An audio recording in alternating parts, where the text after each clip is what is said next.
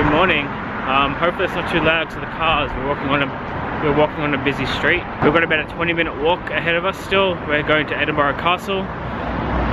It's really nice out though. It's sunny. I might speak when we're at the castle or somewhere a bit quieter because it's really loud on this street. Of course I had to stop in for a coffee somewhere. Some that wasn't Costa coffee for once. It's good to be back in the city where they have actual coffee. And he looked like he knew what he was doing as well. So that must be it. That's definitely Edinburgh Castle. We just got to figure out how to get up there. Do you go up the stairs, do you think? Yeah. Or do you go around? Must go up the stairs. So it looks like we've got to climb these stairs. I guess it's better than climbing the rocks up to the castle. It's quite impressive actually. When we came in, you couldn't even see it. It's just like all of a sudden there's a massive castle. And you're like, how did you not see that thing? We're a bit backlit because the sun's right behind us.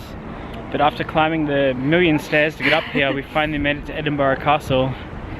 And we're stupid because we knew we had to buy tickets online. And it would be cheaper to buy the tickets online. But we didn't buy them because we just simply forgot. This is the way we sort of came up from, all the way down there. And the stairs. And we're staying over that way somewhere. But this is one side of Edinburgh. Go look at the other side maybe. Got a really good view from up here. So I'll probably show the view before we go in. That's a better view of the castle. That's Edinburgh Castle. Now the other side's not as cool of a view. It would be, but sort of hard to get the actual view. Because it's not as clear, because we're behind some bars through the gate to the castle.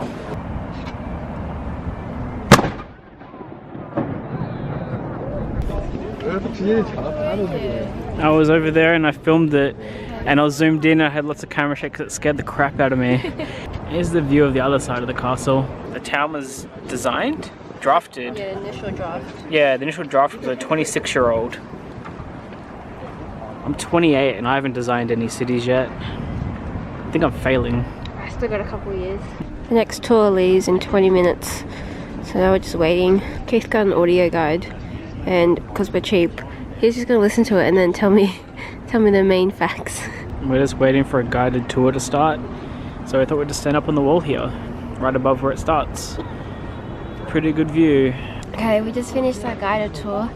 It was good, it was interesting. It's so cold though. The guy recommended we go see the crown jewels first, so that's what we're gonna go do. Alright, we're entering the room to the crown jewels. I'll film as far as we can, but we're not allowed to film the crown jewels, unfortunately. Similar to London. Showing the last coronation in Scotland was in 1651. In June 1651, the voiceover started.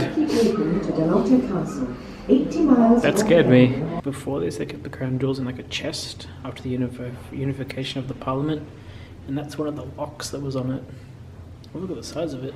The best we can do is show you a picture of the crown. Can't film once we go past this bit here.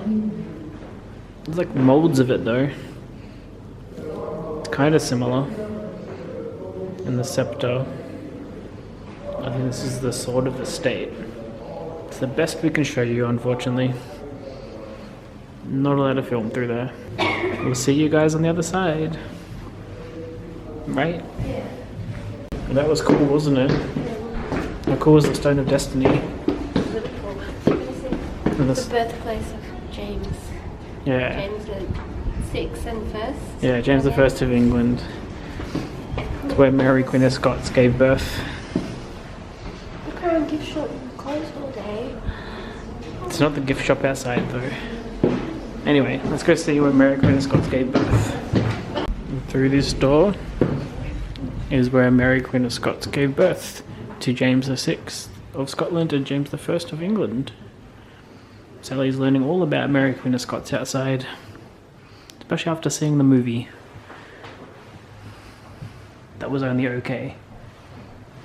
But we're here where it actually happened. That's pretty cool. I can't into the cold, but we're gonna go into the War Memorial now, which we also can't film in. Sorry. Get out into the cold again. Whew. It's cold, isn't it? Alright, let's go look at some other things. Here's the Great Hall.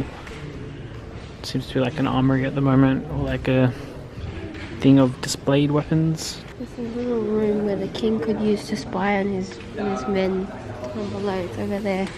That little barred window. That one up there. Yeah, in the top right corner.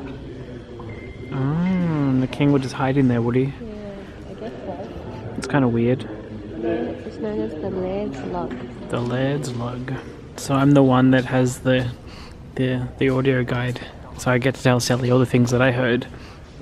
It's a great hall. It was built by King James IV. And it's still used as a reception hall to this day. And the roof is medieval. And those stones that are holding them up, the roof up, are like some of the oldest architecture in Scotland or something.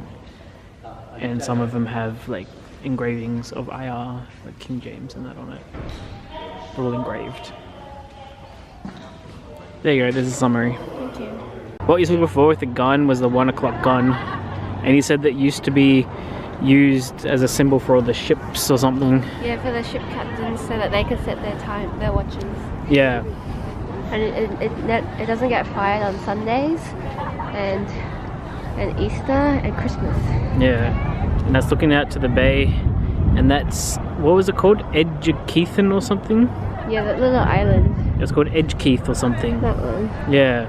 It was a prison island. Yeah, but it was something Keith, so it's my island. No, it's Gaelic for wooded isle. Yeah. Yeah. And down just below us is the dog cemetery. It was used to bury dogs, like regimental dogs and that from the soldiers.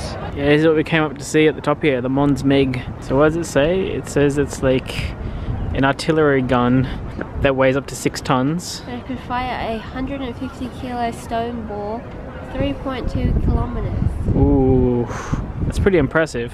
Oh, these must be the cannons or the stone balls that used to fire. Made for scale. It's pretty big. Down the barrel of the Mons Meg. Oh, you can actually see in it when I zoom in. Whoa. Echo! This is St. Margaret's Chapel, the oldest building in the castle. 1130. Have a look at this medieval heater. I think he said this was the original stained window. That's pretty cool. Of course, we have to go into the whiskey shop first. They sell warmth. I found a whiskey for Keith. Look at these. These are such cute little bottles. It says they're the smallest bottle of Scotch whiskey in the world. How cute. This is them individually. So cute. They're like a giant. We got these things. What is it? It's Magnum.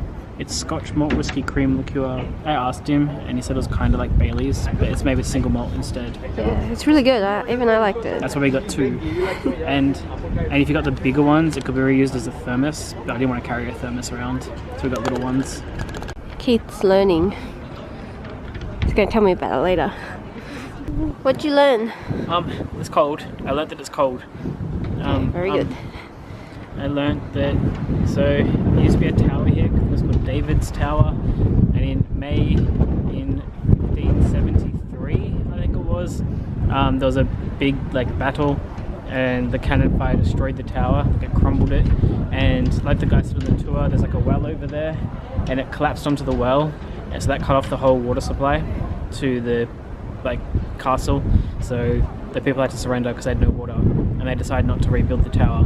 They built this battery instead. It's called the Half Moon Battery. It's in like a half moon shape. We're standing in the remnants of David's Tower, which is that tower that Keith was just talking about, and this is where the crown jewels were buried. Scary shadow Keith. They were buried in 1941, I'm guessing, just before the war. Our tour guide said that there was a thing here called the Black Dinner, where basically there was a trap set at a dinner, I guess. Music just started, and he said that's the scene, it inspired the scene, the Red Wedding in Game of Thrones. That just happened there. That wasn't there before. Yeah, it just lit up. I guess it happened right here. We're in this little room and it's talking about the Scottish War of Independence. So that's a replica of a trebuchet, not a real one, but this stone here is an actual stone that was shot by one. This thing launched one of them at the castle. They found it here. It's fragments of actual arrowheads that they found here. We have a souvenir castle made out of Lego and souvenir Lego bricks. Don't know if it's worth getting though. Get it for my dad. Goodbye. Leaving the castle. Yeah, goodbye to Edinburgh Castle.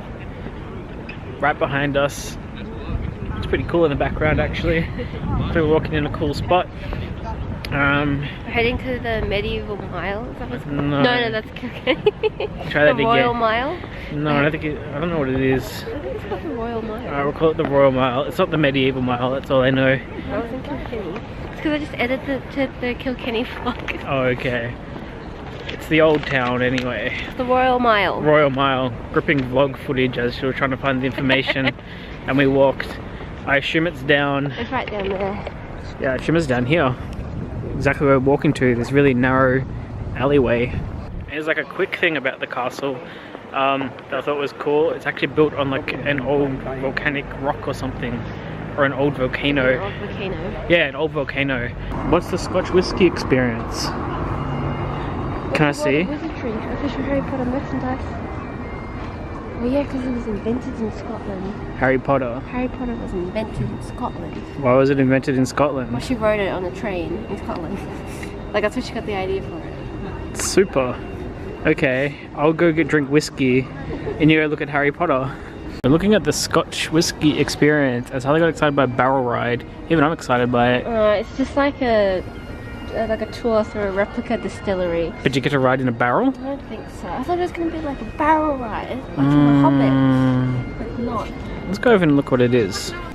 So instead of doing the Scotch whiskey experience, which cost £18, thought we'd come to the shop and spend that £18 on whiskey. Money better spent.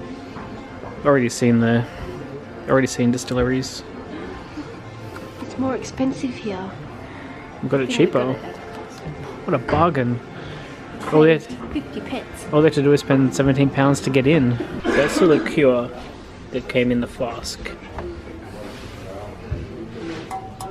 It's a pretty solid flask. I still want to carry it.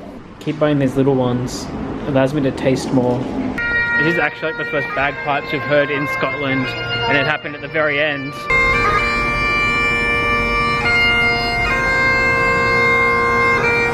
Bagpipes are actually one of my most favourite instruments in the world.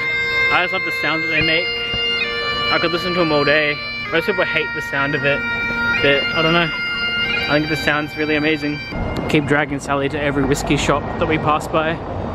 She likes the labels at least. Yeah, they're pretty. I like them. That's something. Gets me in. Anyway, that shop was really expensive, so I didn't stay in there that long. This is where Sally's interest in whiskey is. The bottles. The labels. Does that mean that I can drink the whiskeys and you get all the labels? Okay. That's nice.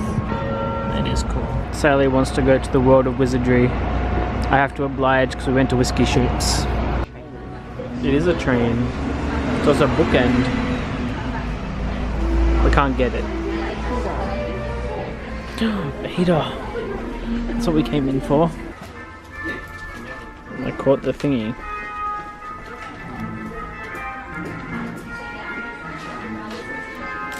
Yeah. It's about that time again when Sally needs Korean food.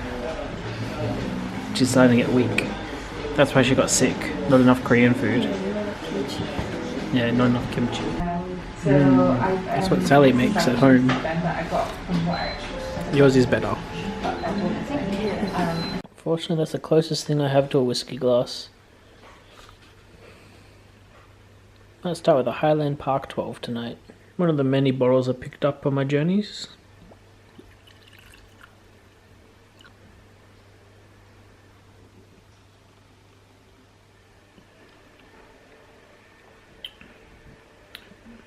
That's good. I think that's going to be the end of the vlog for today. We do have one more day in Edinburgh, but I don't think we're really going to be doing an awful lot tomorrow. Just sort of hanging out and being normal for a little bit. I've done a lot of touristing, so it's nice to have a bit of normality. Probably just walk around, sleep in, grab some lunch, do some washing, you know, those sort of things. Work on the blogs and the vlogs and that. Hope you guys have been enjoying them, and we will see you guys in the next vlog. Bye.